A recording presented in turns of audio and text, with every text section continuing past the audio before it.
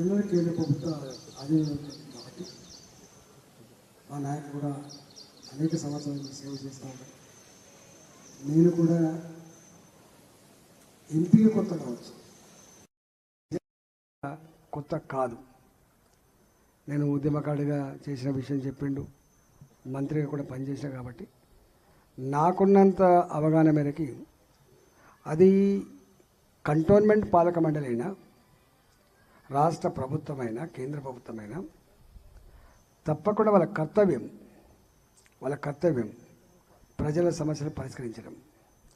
దాన్ని తప్పించుకోవడానికి కానీ, దాన్ని రిజెక్ట్ చేయడానికి కానీ ఎవరికి అధికారం ఉండదు.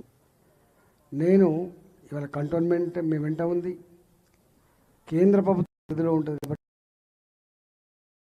బాధ్యత, మా జిమ్మదారితనం ఎక్కువ ఉన్నట్టుగా మేము భావిస్తూ ఉన్నాం.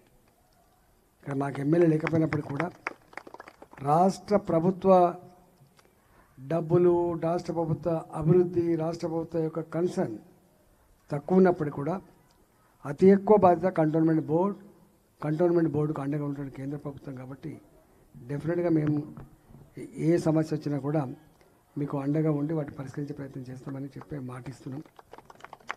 తర్వాత కొన్ని కంటోన్మెంట్ సంబంధించి ఉన్నాయి, మా వాళ్ళు ఎప్పుడు రిప్రజెంటేషన్ ఇస్తూనే ఉన్నారు. అదంతా మేము అక్కడ తెలుసుకొని మీ కాలనీకి సంబంధించినది కాదు. అంతిమంగా కంటోన్మెంట్ కూడా జిహెచ్ఎంసీలో కలపాలంటే ఒక డిమాండ్ కూడా ఉంది.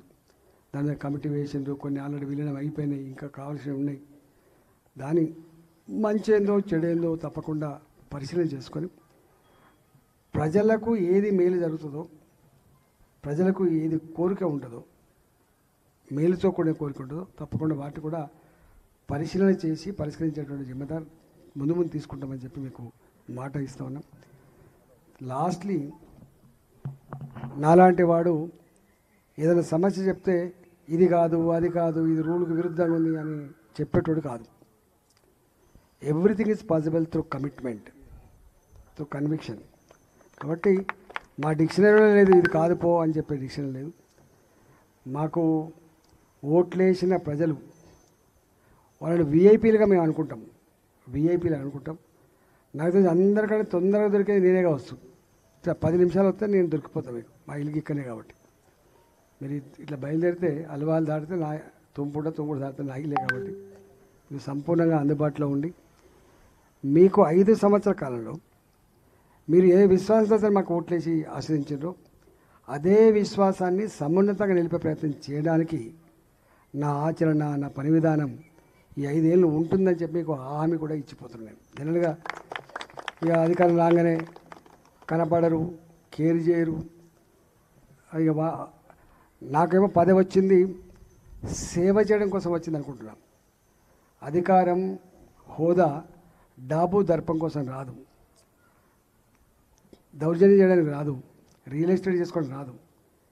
వచ్చిన అధికారం ప్రజలకు సేవ చేయడం కోసమే. కాబట్టి ఆ కన్సర్న్తో తప్పకుండా మీకు పనిచేస్తా అని చెప్పి మీకు మాటిస్తూ మరొకసారి మీ అందరికీ ఇంత గొప్పగా ఈ నియోజకవర్గంలో కూడా మాకు మెజార్టీ ఇచ్చిండ్రు, పార్లమెంట్కి ఇచ్చిండ్రు, అసెంబ్లీకి ఇవ్వకపోవచ్చు. కానీ సరే ఏం ఆలోచించిండ్రు, ఏం కథను, ఏం బెదిరించిండ్రో అదంతా పక్కన పెడితే నాకు పార్లమెంటుకు మాత్రం తప్పకుండా మరోసారి మోడీ గారే దేశ ప్రధానమంత్రి కావాలని, దేశం సురక్షితంగా సుభిక్షంగా ప్రపంచ చిత్రపటం మీద భారత జాతీయ ఆత్మగౌరవం ఎగరాలంటే మోడీ గారి మళ్ళీ ప్రధానమంత్రి కావాలని చెప్పి అనుకున్నారు. కాబట్టి ఇవాళ ఆ ఓట్లు వేసినట్టుగా నేను భావిస్తూ ఉన్నా.